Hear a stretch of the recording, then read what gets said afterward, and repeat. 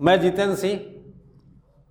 हम लोग जो है दिल्ली सल्तनत पर छोटा छोटा वीडियो डालकर प्रयास कर रहे हैं कि आप लोगों के परीक्षा के लिए बहुत इजी हो जाए, रिवीजन के लिए इजी हो जाए। तो हम लोग जो है कल के वीडियो में इल्तुतमिश को देखे हैं। अब हम लोगों को इल्तुतमिश के आगे सुल्तान रुकनुद्दीन फिरोज के विषय में, रजिया के विषय में जानना चाहिए। तो आज हम लोग बात करेंगे दिल्ली सल्तनत में रुकनुद्दीन फिरोज। दिल्ली सल्तनत, इसमें हम लोग को बात करना है रुकनुद्दीन फिरोज का। फिरोज, रुकनुद्दीन फिरोज, इसकी बात करनी है। आप देखिएगा कि इसका शासन जो है 1236 माना जाता है। कहा जाता है कि इल्तुतमिश ने अपनी पुत्री रजिया को अपना उत्तराधिकारी बनाया था, पर उसकी मृत्यु के बाद उसके बड़े पुत्र रुकनुद्दीन फिरोज को दिल्ली की गद्दी पर बैठाया गया। ये जो फिरोज था यह विलासी प्रवृत्ति का व्यक्ति था। इसके शासन के कार्यों में कोई रुचि नहीं थी और शासन की बागडोर इसकी मां जो थी शाह तुर्कान के हाथों में थी। यानी कि इसकी मां जो थी शाह तुर्कान, इनके हाथों में जो है शासन की बागडोर थी। फिरोज एवं इसकी मां शाह तुर्कान के अत्याचारों से चारों तरफ विद्रोह फूट गया। विद्रोह को दबाने के लिए जैसे ही फिरोज राजधानी से बाहर गया तो रजिया जो है लाल वस्त्र धारण कर, यानी कि लाल वस्त्र पहनकर उस समय न्याय की मांग की जाती थी। उस कालखंड में लाल वस्त्र पहनकर ही न्याय की मांग की जाती थी। इसलिए रजिया ने लाल वस्त्र धारण कर जनता के सामने उपस्थित होकर शाह तुर्कान के विरुद्ध सहायता मांगी। जनता ने उत्साह के साथ रजिया को फिरोज के दिल्ली में घुसने से पहले ही दिल्ली के तख्त पर, राज सिंहासन पर क्या किया? बैठा दिया और रुकनुद्दीन फिरोज को कैद कर ली गई और उसकी हत्या कर दी गई।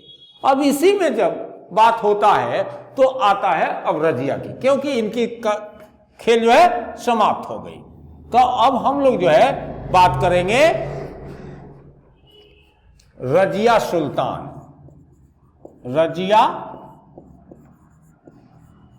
सुल्तान, इसका जो है कार्यकाल 1236 से 1240 माना जाता है। 1236 से 1240 ईस्वी तक माना जाता है। रजिया सुल्तान जो है दिल्ली की जनता तथा अमीरों के सहयोग से दिल्ली के सिंहासन पर बैठी और चूंकि रजिया को सुल्तान बनाने का अधिकार सिर्फ दिल्ली के अमीरों को मिला, इसलिए अन्य तुर्क अमीर जैसे निजामुल मुल्क जुनैदी, मलिक अलाउद्दीन जानी, मलिक सैफुद्दीन कूची, मलिक इनुद्दीन कबीर खां अयाज एवं मलिक इजुद्दीन सलारी, ये लोग जो थे ये रजिया के प्रबल विरोधी बन गए। रजिया ने इजुद्दीन सलारी एवं इजुद्दीन कबीर खां को अपनी तरफ करके इनके विद्रोहों को क्या किया? सफलतापूर्वक दबा दिया। सुल्तान की शक्ति एवं सम्मान में वृद्धि करने के लिए रजिया ने क्या किया? अपने व्यवहार में परिवर्तन किया और वह यानी कि रजिया पर्दा प्रथा को त्याग कर पुरुषों की तरह कुब्बा यानी कि कोट और कुला यानी कि टोपी, कुला टोपी जो है पहनकर राज दरबार में खुले मुंह से जाने लगी। उसने अपने कुछ विश्वास पात्र सरदारों को उच्च पदों पर नियुक्त किया। जैसे आप देखिएगा, इख्तियारुद्दीन एतगिन को अमीर हाजिब, मलिक जमालुद्दीन याकुत जो अबिसिनिया का था को अमीर आखुर, मलिक इजुद्दीन कबीर खां को लाहौर का अक्तादार एवं इख्तियारुद्दीन अल्तुनिया को तबर हिंद यानी भटिंडा का अक्तादार नियुक्त किया।